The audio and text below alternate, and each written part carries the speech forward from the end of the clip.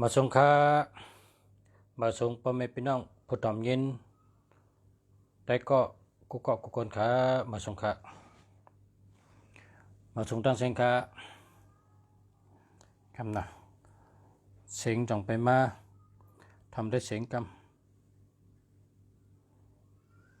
มาส่งค่ามาส่งค่ามาส่งค่าคำนะมาส่งค่ามาส่งค่ามาส่งค่ามาส่งค่ามาส่งค่ามาส่งค่ามาส่งค่ายินนะคะนะมาส่งค่ามาส่งค่ามาส่งค่ามาส่งค่ามาส่งค่ายินนะคะนะมาส่งค่า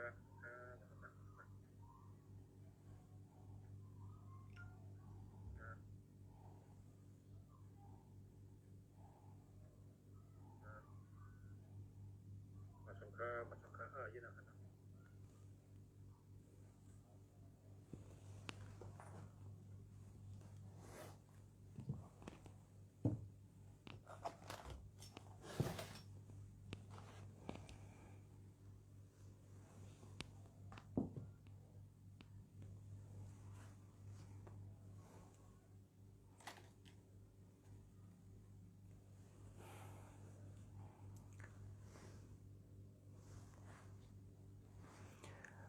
มาส่งค่าเมื่อไหร่เอาตัวนับอันโหลดเจอเมื่อเร็วnày nèอันโหลดเจอเมื่อเร็วnàyตัวนับในโหลดเจอเมื่อเร็วเพราะว่าหาอะไรเพราะหาอะไรซื้อเจอกำเหลวพอนดี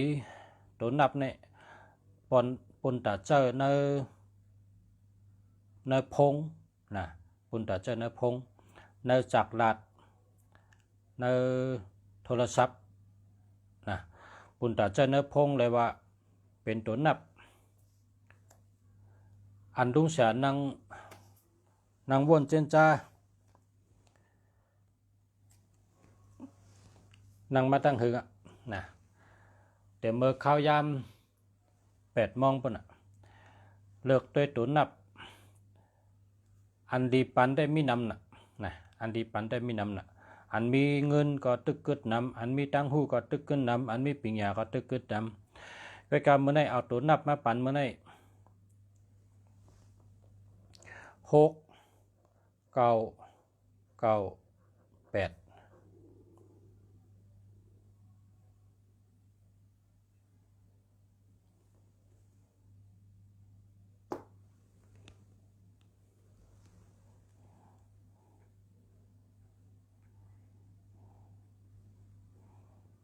86 9 9 8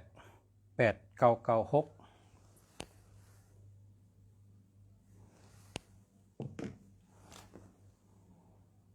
68 9 9 6อันนี้เป็นตัวนับที่อันลุงเสียเป็นก้นผู้ลองตัวนับลุงเสียในเป็นก้นลงแรงลองตัวนับผู้ป่องลองตัวนับลุงเสียเป็นก้นผู้อธิกเปมันเจ้าตัวนับเฮิงเป็นจังหือเนี่ยลุงเสียเขาไล่สอนมาไล่เห็นมาไล่เล็บเห็นมาไล่เล่หลามาไล่มีตังหูลองตัวนับกับกายด้วยลองตัวนับตำเจอว่าภาษาเมืองดี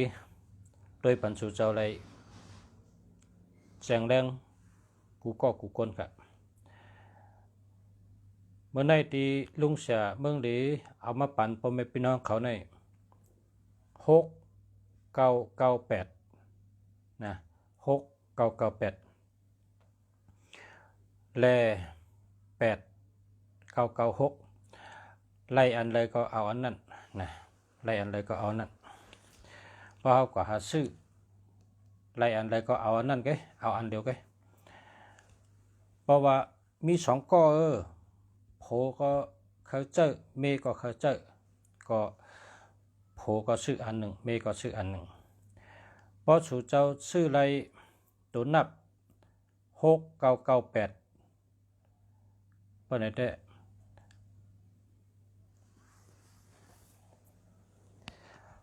สู่เจ้าหลอดเพนะสู่เจ้าหลอดเพหลีงามค่ะหลอดเพกว่าตั้งเลยก็หลอดเพอันยอกะเพอันสภาวะเพอันกึ่งกั้งเพอันมัดตตะสะหบเนี่ยหลอดกลางไหลกูลองหลอดกลางไหลกูเมียวเพราะว่า6998อำนั้นก็8996เนี่ยพรดีมัน1เฮาไหลหลอดเพนะที่1ไอ้เฮาไหลหลอดเพไหลอยู่ดีกินหวานไหลหลอดเพอันในที่1กันเนาะที่1เฮาไหลพรดีมันอยู่ดีกินหวานหลอดเพกับในที่2พอไม่พี่น้องเขาได้ไล่สังในที่2เนี่ยได้ไล่มีเงิน69เป็นตัวนับอันมีแห่งเงินมีแห่งจันเงินนำเลยเปิ้นนะในกาตัวนับอันมีแห่งทัดจันเงินมาไว้เลยเปิ้นเนี่ยเป็น69ค่ะ69เนี่ยเป็นแห่งทัดจันอันเยอะเลยเปิ้นตัวนับอันจันเงินมาจูเฮาไรไว้เลยเปิ้นนี่1692683626364เจนในเป็นตามมันลงกับเว้ยนะที่1ใน69คำเดียวค่ะเงินแห้งเลยเปิ้นจันเงินมาจูเฮาไรเงินดีเลยเปิ้นใน696968626364กว่าถึง6ค่ะนะกว่าถึง66ก็เลยนะ มันตามกันจังไหนอันแห้งเลยเปิ้นเนี่ยเป็น69แล้วก็เพราะว่าในหมายพงเผอในโทรศัพท์เผอมี69และมีแทง68เปิ้นนี่สู่เจ้าตัวละคนก่อนนั้นเงินน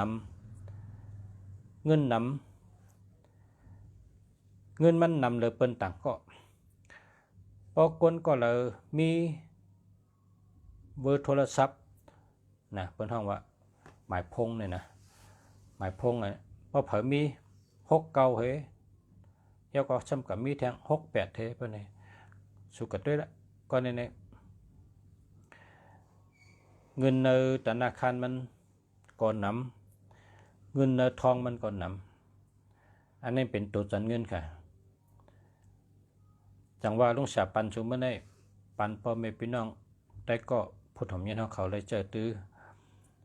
อันแห้งเงินเยอะหรือเปิ้นได้นะเปิ้นห้องว่าตัวเงินเนี่ยนะ69เนี่ยเยอะหรือเปิ้นพอ69ก็69686263646566อันนี้เนื้อกะจุ่มตัว6นะเพราะเป็นเนื้อจุ่มตัว8ช่ำแต่มี8778ในก็ตัวเงินนะ8778ก็ตัวเงินก็พอมาตัวไผ่เตอ8ลงมาในแหละนับเลยว่า69แห้งเหลือเปิ้นเพราะเผอมี69มี68นะ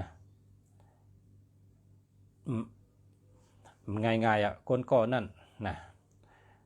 จองชูเจ้าพอไม่พี่น้องผู้ถมยันเขาเลยชื่อเจอกัน6998จองมีเหอ เยี่ยมไปหันให้ก็ค่ะตีแต้มขึ้นมาเนี่ย6998นะให้เหมือนจะไหนพอซื้อไรเพราะว่าอ่ำไรค่า6998นี่ห้ามไรก็ซื้อ8996นะซื้อจะไหนนะเฮาเตลุงเสียเตลาดนี่อาทิตย์เปมัน69นั่นนะ69นี่พรดีเปิ้นตุ้ยเฮาก็แคมแดบตัวเจ้าเก่าก็เกือกอยู่แคมแดบอยู่ลอดแล้วอยู่สร้างล่างอยู่หมดเฉยย่าก็เป็นคนไก่นะ69นี่ไก่ก็แปลว่าเก่าในป่องว่าไว้นะเก่าในป่องว่าไว้6นี่เป็นเส้นตั้งพอวนแล้วก็ใครเฮ็ดนะพอเฮ็ดออกมาก็แคมนะก็แปลว่าเขาจับกัน69เนี่ยพรดีและอาทิตย์เปมันย่าก็เฮามาด้วยทาง2ตัว99ในเฮ็ดสังและลุงเสียในเกียกแกะนะเกียกเตี้ยๆ99นี่ก็แปลว่า99นี่บ่เผอเจอประกำไตในว่ากิ่วแข็งกิ่วหลีนะผีจ้อยกิ่วหลีผีจ้อยก็แปลว่ามันหมานนั่นน่ะนะมันหมานน่ะ99นี่คนเจอ99นี่ใกล้หมานจะใกล้หมานเปิ้นว่าแห้งแล้วใกล้ปอกถีแก่ล่ะช่วยแห้งสุใกล้ปอกถีแก่ล่ะก็ด้วยเลยก็ย้อนด้วยอ่านเขาเจอคนเจอนั้นเขามีเก่าๆนะจะเตะเนี่ยก็ในแคมป์จะ8993เนี่ยใกล้ปอกถีในคนก็เนี่ยที่เป็นคนใกล้ปอกถีอ่ะ899ก็บ่แคมป์นะซ้ำเป็น993จังนะจังในใกล้ปอกถีนะใกล้ปอกถีคนมีเก่าๆในลาบก็ใกล้ไหลเกี่ยวกิ้งก็แข็งตั้งวนตั้งเจนจาก็เปิ้นพออามเขาค่ะพอมันวนไหลในมันเฮ็ดออกมาเนี่ยมีคนอามเปิ้นอามมันว่าคือคาลาเนี่ยเปิ้นอามว่าอะโลมันวนได้จังเหือนั่นมันฮือกับวนได้ล่ะนั่นเฮาคาในวนได้แต่คนอันเจอเก่าๆเนี่ยเขาวนได้อันเฮาวนถึงนั่นน่ะอันนี้ก็แค่มันไหนอันนี้ซ้ำ1993นึงก็นี่ก็พอมีเก่าๆในเจอกันละนะเก่าๆในพอส่วนตัวลุงเสียได้ลุงเสียเกียกเลยเปิ้นน่ะนะเก่าๆเนี่ยเกียกเลยเปิ้นอันเฮาหันคนอันเจอเก่าๆไล่ลีต่อหน้าต่อตาก็หันนำน่ะนะไล่ลีต่อหน้าต่อตาเนี่ยหันนำน่ะเพราะว่าเขาเจอเก่าๆเนี่ยมันรัดนี่กันเชิงแหละตั้งดีเนี่ยนะมันเดี๋ยวเมียวคำพองก็ขายของในออนไลน์อันยอดขายมันเนี่ยไวหรือเปิ่นนำหรือเปิ่นนะคนนั้นเจอเก่าๆเนี่ยนะกลับมาเดี๋ยวนี้เปิ่นทำขายของในขายในออนไลน์ ขายในพงเนี่ยกำไตว่าขายในพงเอาพงให้ได้กล้าขาย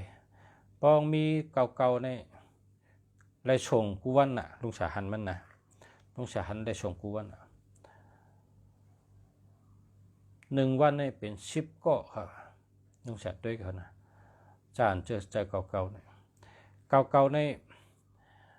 พี่น้องไทยก็เป็นเกียกนะเป็นเกียกนะเป็นว่าเป็นตัวนับมังกลาลีนะตัวนับมังกลาลีมังกลาแมดโปรแกรมเป็นว่าเลขมงคลเลขมงคลโปรแกรมไทยก็ว่าตัวนับลีตัวนับมังกลาลีมังกลาแมดในเก่าๆขึ้นไม่รู้ในก็แคมเจาะนะอันนี้ก็เก่าๆอันนี้6เก่าๆนะแคมเจาะพอไปมีก็เสื้ออังกฤษก็เลยนะพอเขากว่าเลยจำล้านอันเป็นขายนั้นเขาก็ล้อมด้วยนะพอมีเก่าๆนะพอมี 6998นะ8996นะชื่อให้จอมท่องเอาคำเดียวละนะชื่อจอมท่องไว้ห้ามพอเขาเจอเขาก็หลุดมันเจอนะพอเขาเจอเขาหลุดมันเจอเขาหลุดมันเจอเขาเหมือนอย่างเขามีข้อสองนั่นนะเขามีข้อสองพอเขามีข้อสองในเขามันใจว่าเขามีข้อสองลีเนี่ยนะเนื้อใจเขาในเขาวันนั้นเขามีข้อสองลีนะก็เปิดอันนั้นเป็นแห้งเจอเขาพอเขามีตัวนับลีเขาก็มันใจว่าเขามีหมายพงลีเขาเฮ็ดสังก็เขาตื่นอ่องนะเขาเฮ็ดสังก็เขาตื่นเลยกินในนั้นน่ะเนาะอันเก่าๆนี่ฉันไปว่ามันใจตัวเงินไหนก็มันปั่นก้นอันใจนั้นมีเงินค่ะนะเพราะถามว่าเก่าๆนี่เป็นตัวเงินฮะไหนมันใจก้อยกะมันเฮ็ดให้ก้นใจนั้นมีเงินเลยค่ะเก่าๆนี่นะมันเหมือนคือในลุงเสียเขาแตกเนี่ยว่าพอเขามีภาระเก่านะพอเขามีภาระเก่าภาระหลี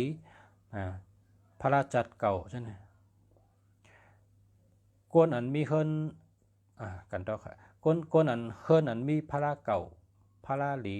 มีเสียงหลีนะกวนเฮิรนใน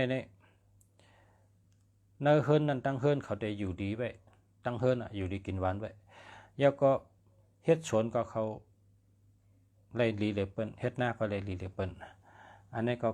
9978อันนี้ก็มีเงินนำมาเนี่ยนะ78นั่นก็เป็นตัวเงินแค่7887ก็เป็นตัวเงินเก่าๆในเฮ็ดให้คนเจ้ามีเงินมันบ่ถามว่าเก่าๆเป็นตัวเงินฮะเนี่ยมันจะเก่าๆเนี่ยมันจะตัวเงินก้อยกะมันเป็นโคสองหลีมันเป็นตัวนับหลีมันเป็นตัวนับมังกรหลีมังกรแมกนะจะว่าลุงจะเอามาปั่นมื้อนี้ให้สุเจ้าหาชื่อ6998นะอันนั้นก็8996นะลุงจะแต้มลงกับ2กูการในมือมาไกลในรัฐนี้ลองตั้งมันว่า69ไหลเงินไว้99เป็นตัวนับหลีเนาะตัวนับมังกรกำในทำมาด้วยทางกู98นะด้วย98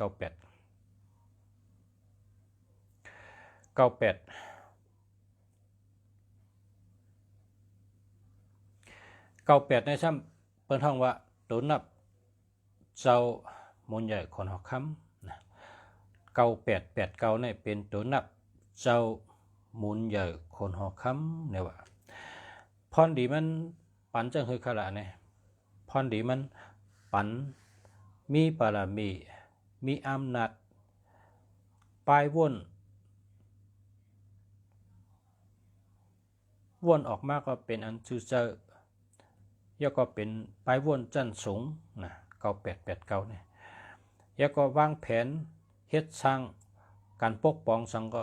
เฮ็ดออกมาลองเลยก็เปิ้นกำแถมนะเปิ้นจอยแถมเปิ้นกำแถมย่อก็พอไหลเงินก็ไหลนำนะซ้ำไปว่ามันหึงนั้นมา1ปอกเสร็จก็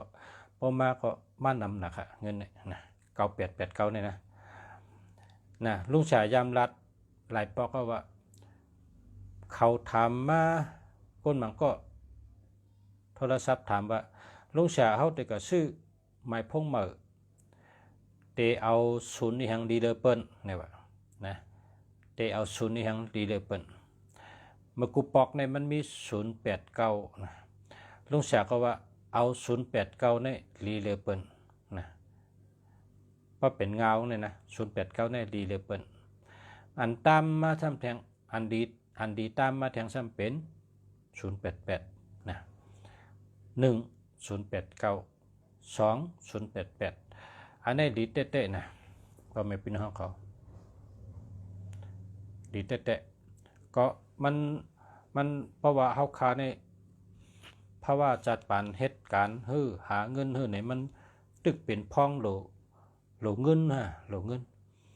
โหลให้มานำเงินเนี่ยมาตั้งใดก็ย่าไล่ก็เรียเฮาคามาเป็นเงินเฮาแก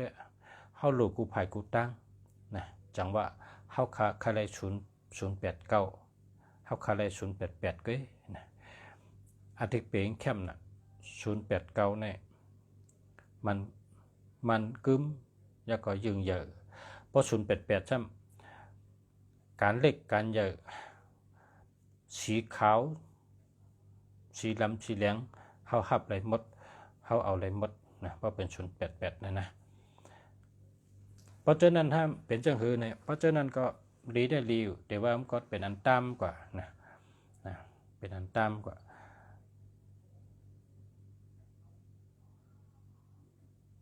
มันแต่ตามกว่าอาทิตย์เปงแต่เหมือนกันนะเหมือนกันให้อันดีครับจะรีวก็กะอันที่ลุงชาลัดนี้แนะนำสู่เจ้าเพราะสู่เจ้าหาอะไรได้2อันนี่แหละลุงชาเกียกเลยเปิ้นนะ089แล้วก็มา088นะเกียกเลยเปิ้นเพราะเป็น09มันเป็นทางเนี่ยเพราะเป็น09เนี่ยมันเป็นถัดไม่ยาวกองเยอะนะมันเยอะก็ปึ้งเยอะนั่นแหละตัวลุงชาเนี่ยเดี๋ยวใจ08แก08เท089ให้กันนั่นนะ09นั่นไม่เห็นตัวเพราะ09นั่นเยอะป้องเยอะนะในเหมือนฮื้อนะป้องเยอะนะในเหมือนฮื้อมันเหมือนจังว่าเยอะเลยเปิ้นเยอะเลยเปิ้นพอเขาเด็กกับเขาเฮิรนป้องเป็น099นะเพราะเป็น099แล้วก็ทำกว่าแท่ง099แล้วทำกว่าแท่ง999นะกติชื่อตัวเขาจะมีแท่ง9นะมันเป็นตัวใหญ่ในอันในแคมป์จะเอาอันในแคมป์เนี่ย789999636แคมป์จะเพราะเป็นตัวใหญ่ตัวนับใหญ่เนี่ยมันเป็นปูนก้นสัตเทหลงเขาสัตเทหลงในแห้งแล้วเขาเจอตัวใหญ่1ใหญ่1ดีเนี่ยก็แปลว่าฐานเขามันกึมเยอะนะฐานพื้นฐานเขามันกึมเยอะเปิ้นเอาเงินเฮ็ดเงินเปิ้นเอาเงินหาเงินเปิ้นเจออำนาจเงินหาเงินอันเฮาซ้ำก้นเฮ็ดการได้ซ้ำเฮาหลอแห้งหาเงินนะเอาแห้งหาเงินเอาปิ่งหยาหาเงินเมื่อเฮาตึกหาเนี่ยเพราะว่าป้าเกียกเหมือนลุงชานะป้าเกียกเหมือนกันก็ลุงชาว่าได้089แลบกึ่งตั้งภาวะเฮา089อันนั้นก็088เนี่ยกึ่งแลบตั้งภาวะเฮาเพราะว่าเฮาเนี่ยตึกเป็นภาวะสั่งเป็นก้อนกะตั้งก็ตึกกว่าที่น่ะตึกเมียนพ้องไปตั้งนะเฮามาเป็นคนหาเงินก็เฮาถูกหาเงินเฮิรนก็เฮาตำไปเลยเฮ็ดนะเฮิรนก็เฮาหลูเฮ็ดชนก็เฮาหลูซื้อกาก็เฮาหลูซื้อกำนำเนี่ยตึกเป็นพ้องหลูก็ฉะนั้นเจออำเล็กอำเยอะตึกแคมเพราะเป็น06ซ้ำเล็กป่นนะ06ในแมนจังหือเนี่ยแมนลูกอ่อนนั้นเป็นตึกขึ้นนะลูกอ่อนตึกขึ้นห้องเห็นลูกอ่อนตึกขึ้นอาชักไว้บ่าวสาว06นะเพราะเป็นหาเงินเหมือนชุดเจ้าค้าในตัวเป็น089ในแต่เพราะส่วนตัวเขาได้เกี่ยวเลยเป็นเพราะ009นะครับดีอยู่นะ009ในแต่ยังสูงนะ009ในสูงป้องสูงในเหมือนหื้อนะเหมือนเขาพอเปิดเตมาจูเขาก็เปิดเตอันหนาอีกนึงก็เปิดเขาก็ใหญ่นะดูนะเปิดเตมาจูก็อันหนาอีกนึง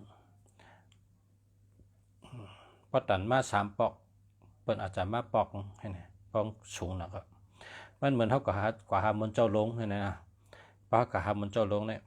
อันหนาไหนกับจุมันเจ้าได้เนี่ยกำบันใกล้บันนั้นนะเพราะการรัดต่อเจ้าสั่งมันจ้างได้ห้องรัดต่อก็ได้นะเขาบอกว่าอันหนาเป็นเช่นนั้นแกเพราะ08ได้ ตึกแคมป์นะ089088เนี่ยแคมป์เพราะส่วนตัวลุงเสียในเกี่ยวทนนะมาตัวตัวนับอันปันเมื่อไหร่ก็เตปันอันเก่าๆในอยู่ในกลางในแห้งในปันในมันเป็นตัวจอยชูเจ้าแต่เลยรถเพนะรถเพดีนะอันในปันเมื่อนั้นเนี่ยอันปันเมื่อในรถเพดีนะเก่าๆในทำรถเพนะมันเป็น998ค่ะล่ะ998ในรถเพดีนะอันนั้นก็899ในก็รถเพดีนะกันไม่เฮ็ดสังไรซ้ำปัน6ล่ะนะให้มีเงินจำนะ6เก่าเนี่ยมีเงินเจอแต่เสีย6เก่าเนี่ยเงินไว้นะเงินมาเพิ่นน่ะ6เก่านะเพราะเป็น8996เนี่ย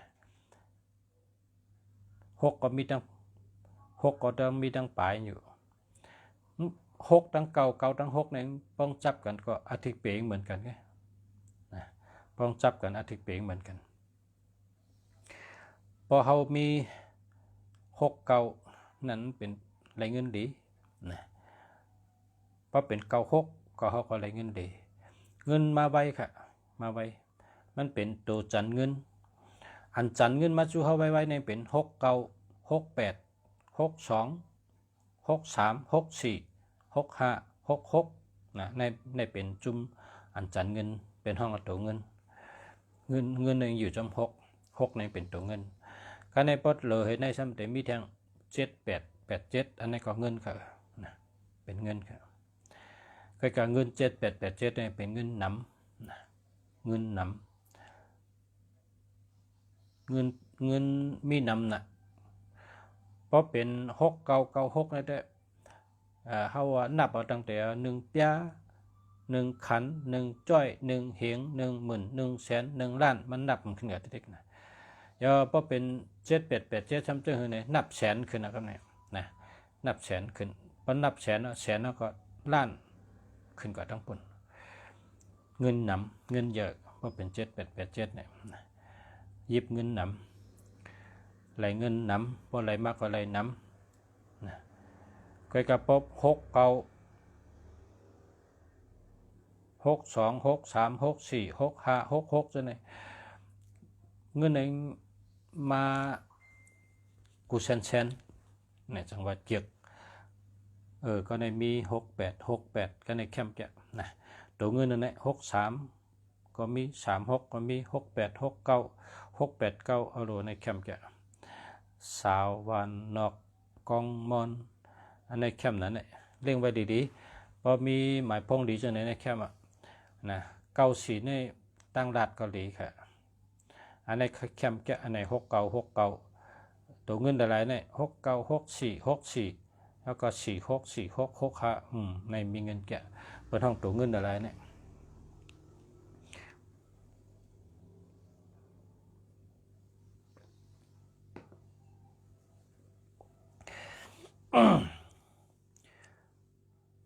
69อะโลใน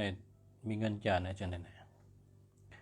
68ในก็มีเงินนำเพราะเผอมี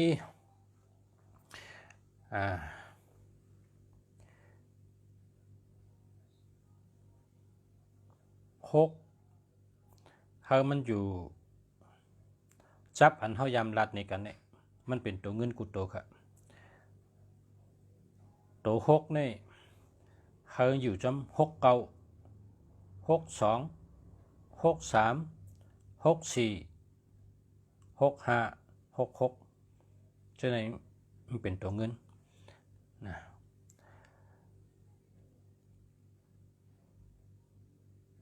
คำไหนครับเมื่อไกล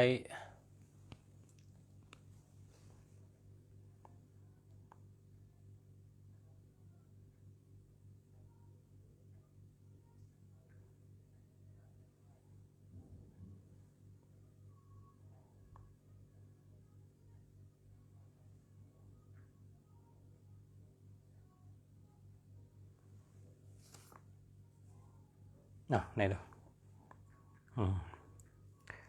เมื่อไกลเตรียมย้อนเอากระถาเจ้าชาในมีก้นกว่าหลูกกับไว้เมื่อกูปอกในกะตัวเดียวได้เปิ้นปันกว่าเลยเนาะเอาลูนำนะ